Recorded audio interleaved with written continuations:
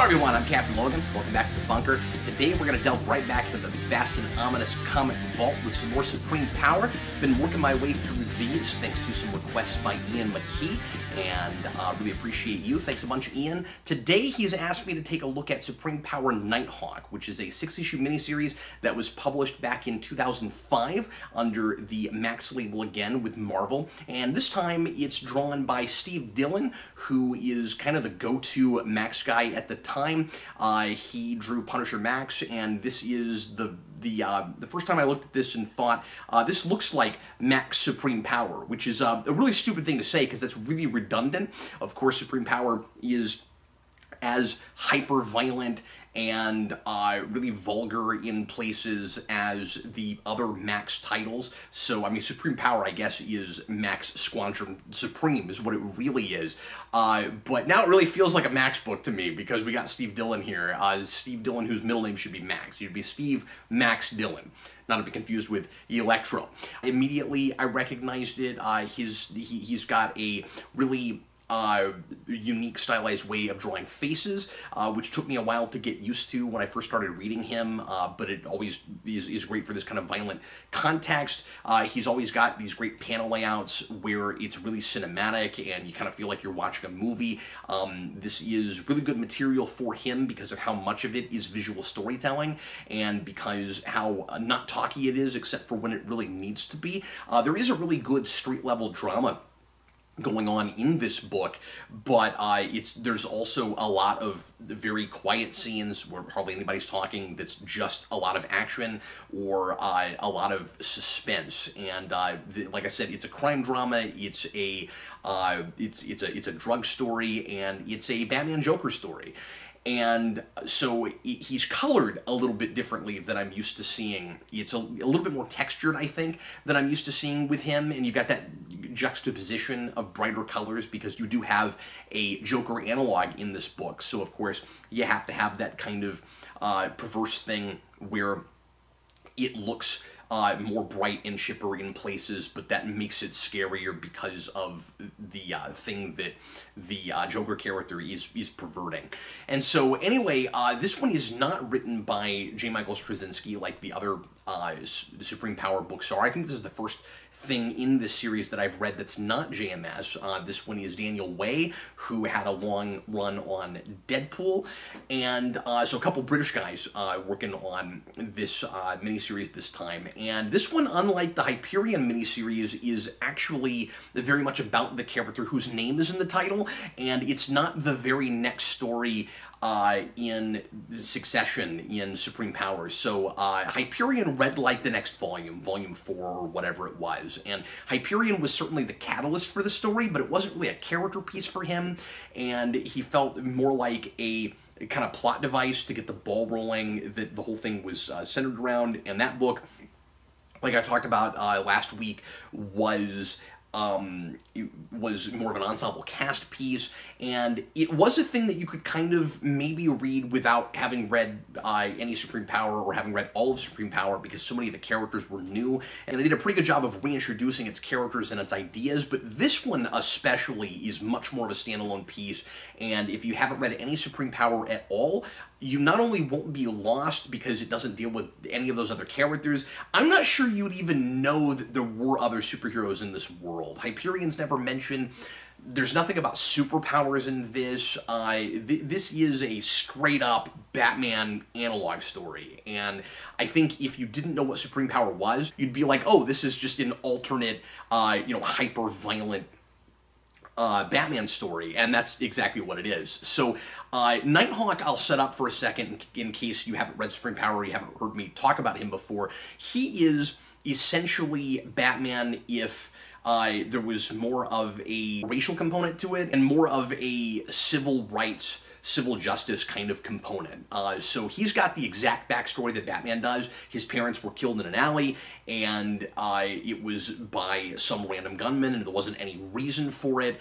And he inherited a bunch of wealth, and he's trying to fight to make sure that what happened to him doesn't happen to anybody else, kind of. But Batman was always more about the law than this character is. So, and I really like the distinction that Wayne makes here. He seems to really have a good handle on this character, and I think he does a really good job of expounding upon that. So, Batman, his big conflict is often justice versus vengeance, and this guy doesn't have that problem at all. He is very comfortable with the killing that he does in the name of justice, and Batman, of course, always like walking that line. How dark should I go? I don't want to kill anyone because I don't want to become the very thing that turned me into Batman and that made me lose my parents and that caused that tragedy in the first place.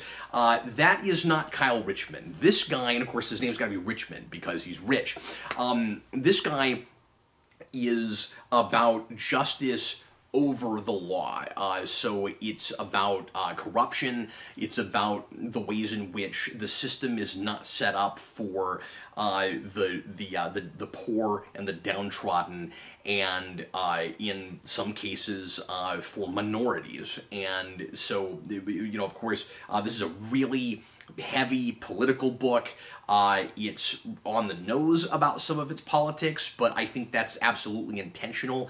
You could call this preachy in places, but I think it's not any more so than Supreme Power ever has been. I think that this is a really like heightened and exaggerated real world. So it's not realistic, but it's looking at all of those like rough spots and nooks and crannies, and again the corruption and the injustice that a lot of, you know, early traditional superhero comics don't want to look at. And so it is deconstruction of superhero stuff, just like Watchmen was. And obviously we've done tons of that the last couple of decades, the last 3 decades, and I think it's really easy to say, what are we even riffing on anymore? What are we even deconstructing anymore? Because we don't make those kinds of comics anymore. Like, all we do is deconstruction. And I don't think that's wholly true. I think that there's kind of a middle of the road you can walk, and I think Marvel always walked that road, which is why Marvel's a really good place to do this, right? Because it was trying, you know, Stan Lee in the 60s trying to tell novels, basically, inside of a superhero world. So the conceit is there are superpowers and people run around in costumes, but these are human beings, like layered, flawed people who have regular person problems, but are also putting on costumes and going out and trying to save the world. And this is that, except taking the more stalwart, godlike, you know, DC characters, and not just like making them more flawed individuals, but trying to kind of guess at what they would look like in a world that was a lot less just than the, you know, original DC universe. I really like the opening scene of this book because it really encapsulates what Nighthawk is all about and sets up that idea that I mentioned where he's not interested in the law, he's interested in what he perceives as justice. And so he goes into an alleyway, and there's this kid that's spray painting obscene, bigoted, racial nonsense on a wall over a black nativity scene that somebody the day before had also graffitied on the wall. And again, this is a really good encapsulation of this notion that both of these things are illegal, but Nighthawk is seeing a difference in them, whereas Batman might just say, you're breaking the law, you're a criminal, criminals are a cowardly and superstitious lot. And Nighthawk says, and this is what he says to this kid, these people went through you know, all of this rigorous planning to try to give the people in the slums some hope in putting this black nativity scene up on this wall, and in just a couple of minutes you've ruined it. And I'm not going after you because you did something that could get you thrown in jail. I'm doing this because what you did was reprehensible and horrible and unjust and against these good people.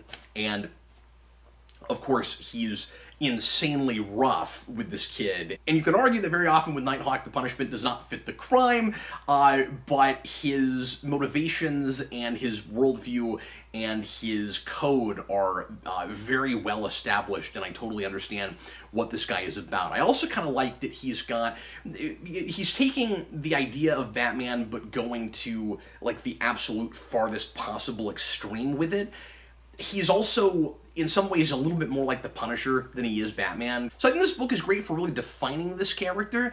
And again, I also think it has, up to the last issue, a really great, intricately woven and tightly structured crime drama about drugs that are being spread throughout the city by corrupt officials in the police department in order to make some extra cash and in order to, control society as much as they can.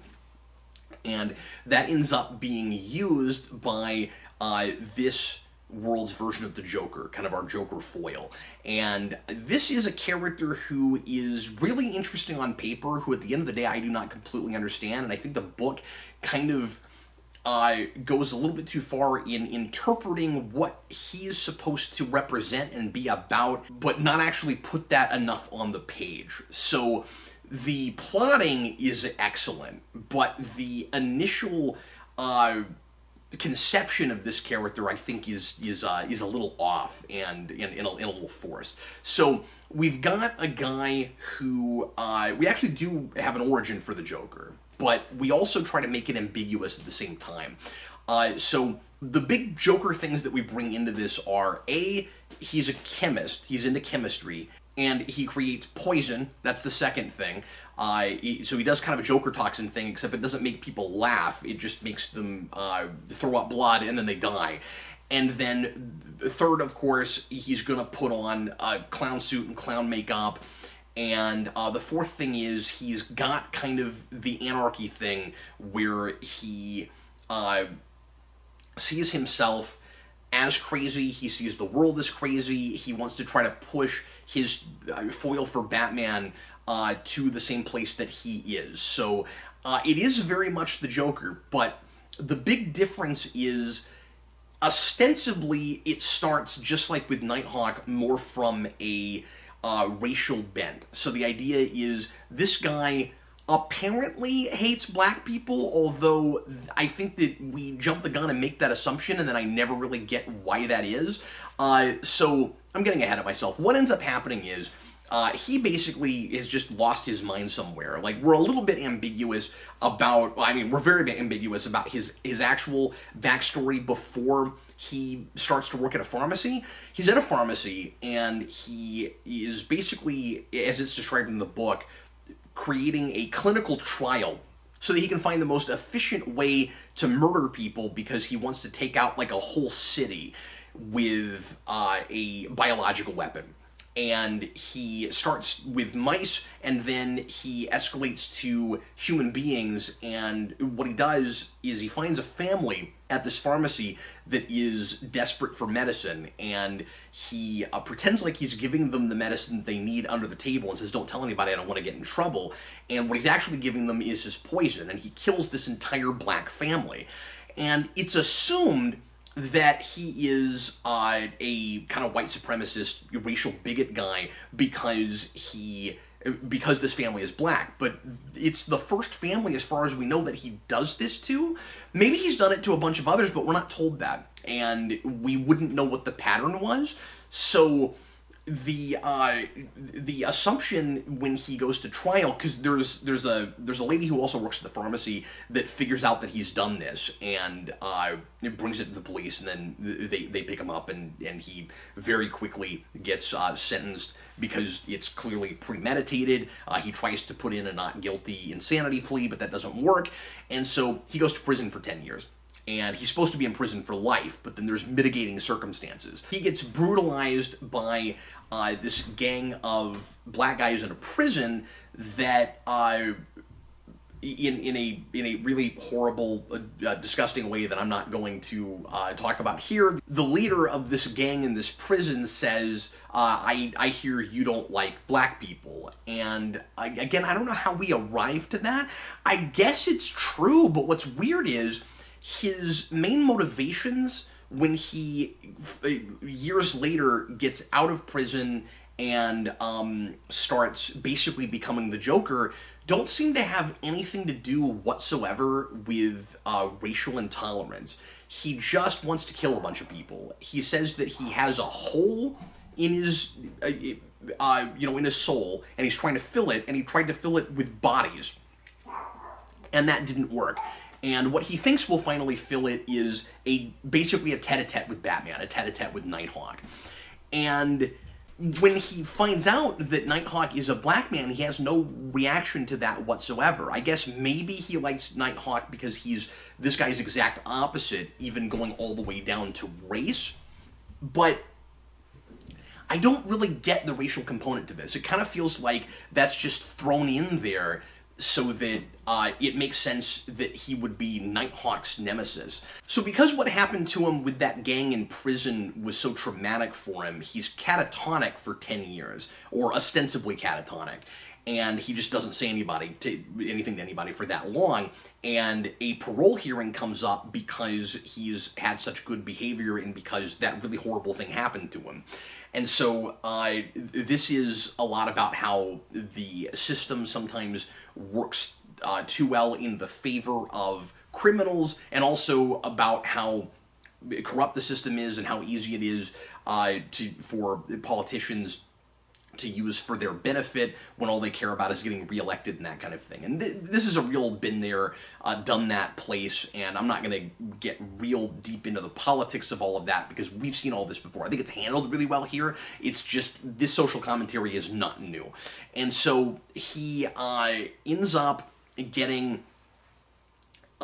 he ends up escaping because he's in a minimum security facility. And then he's taken to court, and he has a parole hearing. And while he's in the building, the guy who's wheeling him around leaves him for a few minutes to go have... He's a gay guy, and he goes and has sex with a clown in a bathroom. I never thought I would say that before, but that happens. And while... these two guys find out that they're both homosexual and they're attracted to each other, and so they go into a bathroom, and the guy who's allegedly catatonic gets up and leaves, and then the guy that's wheeling around is like, oh no, I've lost him. I was irresponsible because I went and had sex in a bathroom with this guy. And then he goes and murders the clown and takes his clown suit and his clown makeup. And I don't know if he does that... Again, this is where the intolerance thing is confusing. I don't know if he does that because he realized that the guy was a homosexual and he doesn't like that because we're supposed to think that he's a bigot. So maybe he's also a homophobe and that's in there? But I'm just not sure, because he also could have done it just because it's a good disguise. So anyway, he uses the clown makeup to become Whiteface, which is a name that I don't know how I feel about. I feel like, again, it's supposed to have some kind of racial connotation. So you have a black man who's all about fighting racial injustice, and his arch nemesis is going to be a guy named Whiteface. I'm not really sure what to do with that, but what happens is he goes on this big spree to murder as many people as he can, because that's what he wanted to do 10 years ago, and now he's got the ability to do it. And he gets his poison in all of this cocaine that's being facilitated by this corrupt police department, and that is including a judge who ends up getting taken out by Nighthawk because he's been facilitating all of this. And so I like that the corruption goes so far that that basically the Joker's plot couldn't work if it wasn't for how corrupt this department is. And I should mention that there are a lot of parallels in this story to The Dark Knight, but The Dark Knight hadn't come out yet, all the way down to when they finally meet. Whiteface tells Nighthawk all it takes is a little push. He thinks that they are the same somehow, and I don't really totally understand that. But although that also plays in the story in an interesting way, and I'll talk about that in a minute, because the book does know that Whiteface doesn't understand Nighthawk, but I think it also thinks that these two characters are more closely related and have more are like more mirrors for each other than they actually do. Those two things aren't exactly going together. It's a frustrating book because I don't think it all comes together at the end of the day, and the last issue just kind of ends. It really needs some kind of a coda because I don't totally know what it thinks it's saying at the end, except for just here's like a really interesting new take on the Joker, and it is certainly an interesting take, and it's fun how different he is from the Joker, but how very close he also is. But I don't. But beyond, you know, some of the really obvious political commentary and that, you know, pretty interesting idea of, you know, justice versus the law, I don't really know that it's saying anything else, and all of that is there at the beginning. That's kind of just the setup. That's kind of just the premise. So by the end, the idea is that Whiteface has become obsessed with Nighthawk, and he's starting to kind of find himself, sort of like Arthur Fleck does in Joker, where once he takes on this persona, he stops looking at the world as this, you know, cynical place that's out to get him, and he starts seeing it as a playground. And that's what happens with this guy too. And he's got this, I like that he's just got this perpetual frown all the way through until he meets Nighthawk. And then he starts laughing, and then he basically starts to turn into the Joker. And he thinks that they have the same kind of yin-yang relationship, the same you complete me kind of relationship that Batman and the Joker have. And Nighthawk isn't having any of it. Nighthawk keeps saying, you don't understand me. You don't know what I'm about. You don't realize that I will do whatever it takes to get justice. There's no line you can push me over. I'm already past it. And, like, Whiteface keeps saying that Nighthawk is also crazy, but I think he thinks that there's even, you know, a much farther line he can push him, where he can start to see things the way Whiteface sees things. And that's, of course, not going to happen because Nighthawk doesn't kill because he likes it. He kills because he thinks it's necessary and because he thinks the people he's doing that to deserve it. And he doesn't get any joy out of it. He doesn't get any joy out of anything. Nighthawk is not a fun character. He's not even as much fun as Batman can sometimes be, because he sees himself completely as a symbol and nothing more. I do think it's kind of interesting that Nighthawk has kind of that Rorschach thing where he sees his mask as his face. And I know Batman kind of has that too, where Bruce Wayne is the disguise and Batman is the real person. But Nighthawk has that even a lot farther. He seems to see himself a lot more like the Punisher, where all there is the mission. And at the end, he and Whiteface are fighting in a real typical kind of chemical plant situation. It's a water treatment plant, but of course it's a big showdown with the Joker, so it's got to look like a chemical plant. And I was kind of surprised it wasn't a chemical plant, considering that this is still all about chemicals. And again, I like that their Joker is a chemist, and that's the big, like, the big thing that they kept isn't maybe he's a failed comedian or something. It's chemistry. And that's always been kind of a fun double entendre thing with Batman and the Joker, because they are two characters that have chemistry, and Whiteface seems to think that Nighthawk isn't going to kill him because he'll see how they complete each other. And he doesn't have that at all. He sees him as just another, you know, crazy nut job. And what really bothers Nighthawk more than anything is that he is doing this just because it's fun, and he is... The big difference between him and Batman is that Nighthawk has seen a lot of that before. Traditionally, when Batman first meets the Joker, and we do this in The Dark Knight too, the idea is he's used to criminals having motivation. He's used to there being a motive, and he can crack the code, and he's a detective, and they're just not complicated, and so they're easy to take down. And what makes the Joker difficult for Batman is that there is no pattern. He's all over the place. He's all over the map. He'll do anything. And in Nighthawk's world, things are a lot more chaotic and crazy in the first place, is kind of my read on it. All the chaos does for Nighthawk is make him angry. So the more that Whiteface kind of pleads his case that, like, no, we're not so different, the more Nighthawk is just like, yeah, I'm gonna murder you. Like, you're done, dude. And I do like the image, as entirely grotesque as it is, at the end, of Nighthawk taking his grappling hook and shooting it straight through his version of the Joker's chest.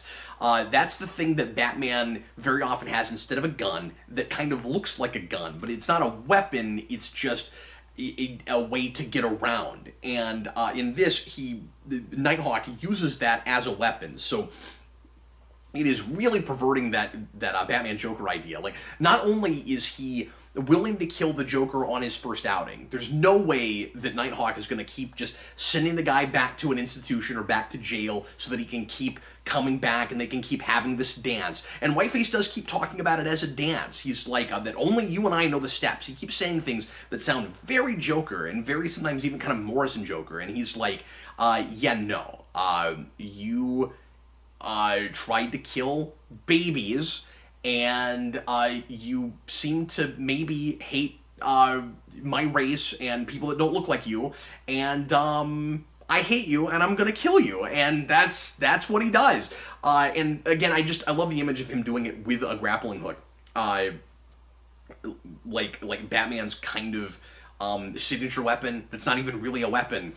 And I don't know, that was cool, but then it just, like I said, ends, and it's a really well set up story, and it's, like I said, really well plotted, but at the end of the day, I don't really know what I'm getting from it, what exactly to take from it.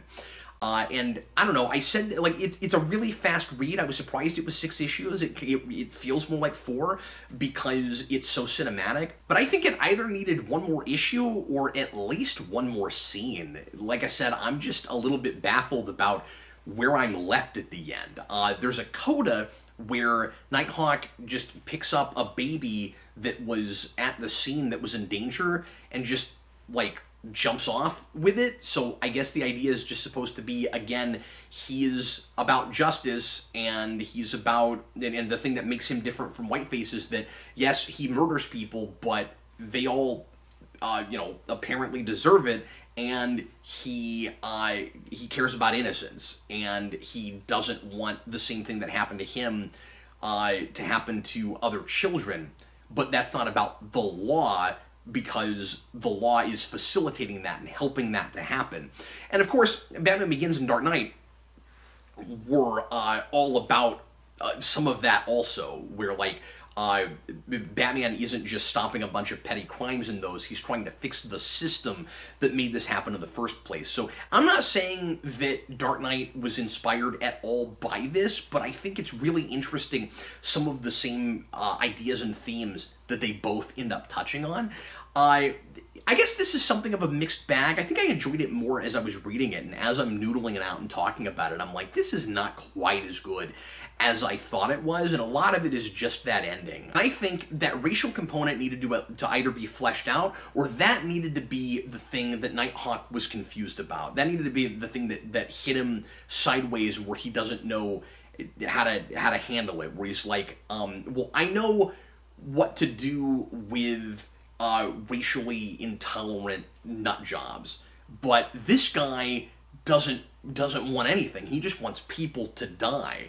And you know, Nighthawk could come to realize that what he does isn't all just about racial intolerance. It is about helping people, and that may have been the way to take this, and that would have fit really well with the themes in the book anyway, where he cares more about bringing people to justice than he does upholding the law. It might have been kind of neat to just see him, like, saving people.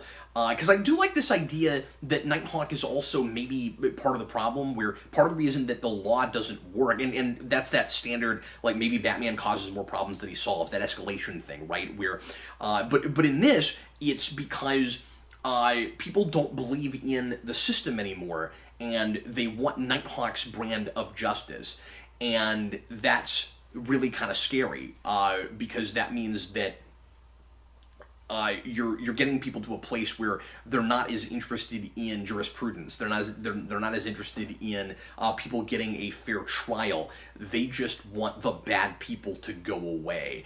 And if you stop believing in your criminal justice system over just some guy in a mask taking people out, that would create the kind of chaos that, or I guess a similar brand of chaos as to what Whiteface is creating. So, like, that's all interesting.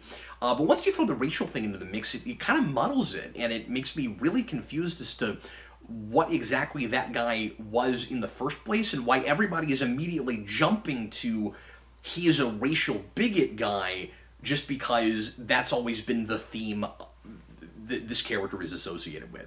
So anyway, I think this is an interesting read, and I certainly would recommend it if you like this kind of deconstruction of superheroes, and if you like you know, more realistic or more mature analogs to superheroes, and if you like really hyper-violent stuff and you don't mind a thing that kind of revels in that a little bit, I think you'll probably enjoy this. But anyway, thanks a lot for watching. Hope you enjoyed it, and I will see you again with another Comic Vault in the not-too-distant future. I am Captain Logan, and happy